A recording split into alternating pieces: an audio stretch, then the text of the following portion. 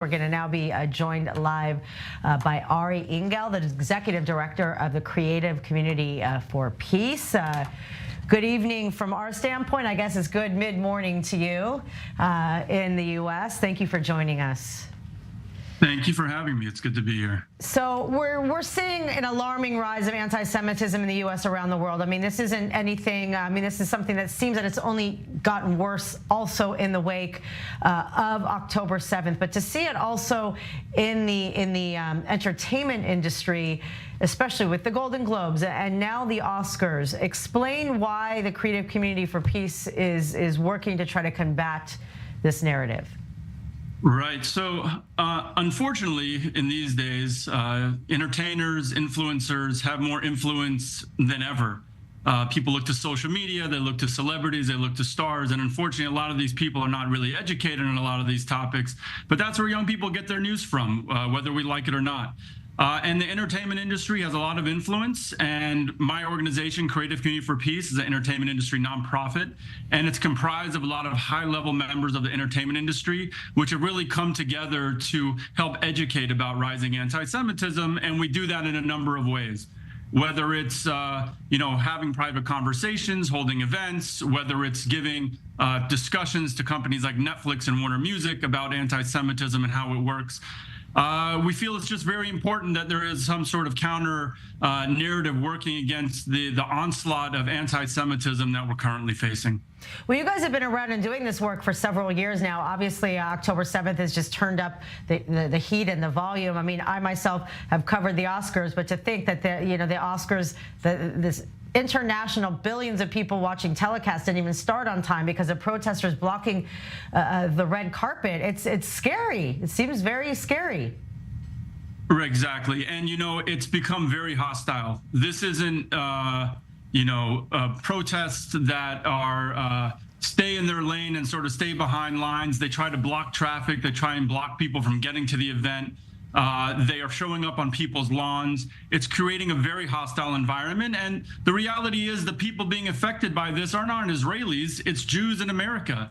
And that equates to anti-Semitism. And that's why inevitably, as we always see, anti-Zionism always turns into anti-Semitism. And it was no different at the Oscars this year, as we saw, unfortunately, some people take the stage and disavow their Jewishness and really co-opt the Holocaust to try and claim that for some reason Israel, which is fighting a war for survival against in response to a massacre that occurred on October 7th, somehow has to do with the Holocaust, when in actuality, he is co-opting the Holocaust for his political cause. Well, and we're talking about, of course, Jonathan Glazer, but also we're talking about less in the entertainment industry. A lot of people, we have the celebrities that are, the Michael Rappaports and the Deborah Messings of the world that are fighting the good fight. But there's so many Jews within Hollywood that you haven't heard a word from since October 7th. How do you explain that?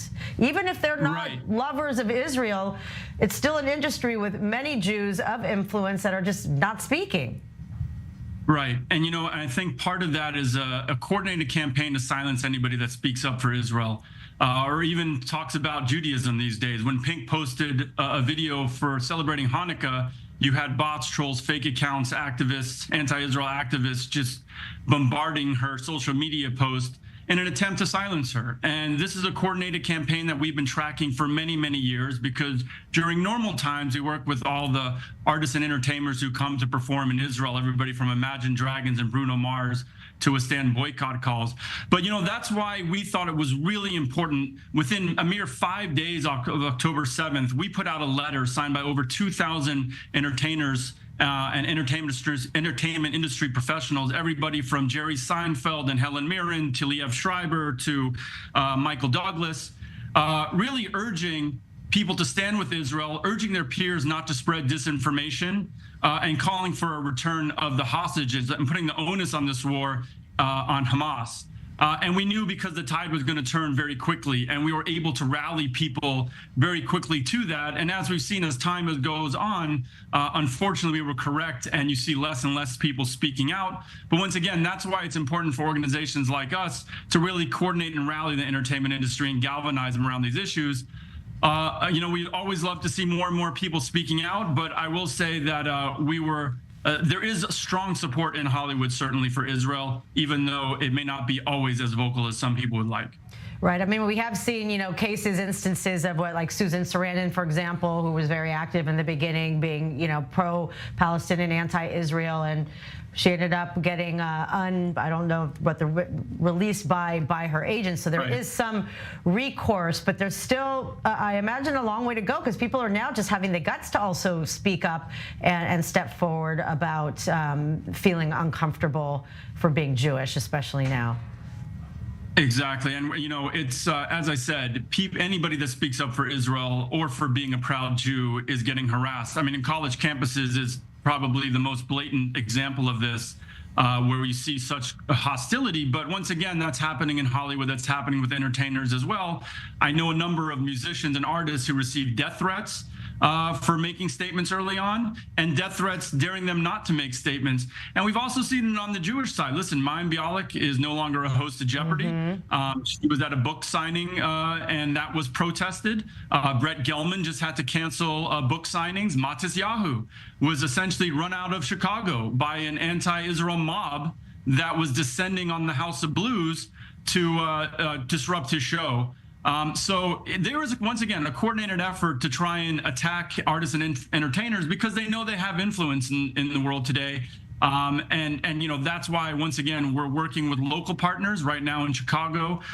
He has a show upcoming in Boston as well, to make sure this stuff does not happen, because it is outrageous that an artist today, a Jewish artist, has a show shut down in a city like Chicago that is adequately can handle President Obama giving, acceptance speeches, but it can't handle Matisyahu playing a sold-out show for 1,000 people.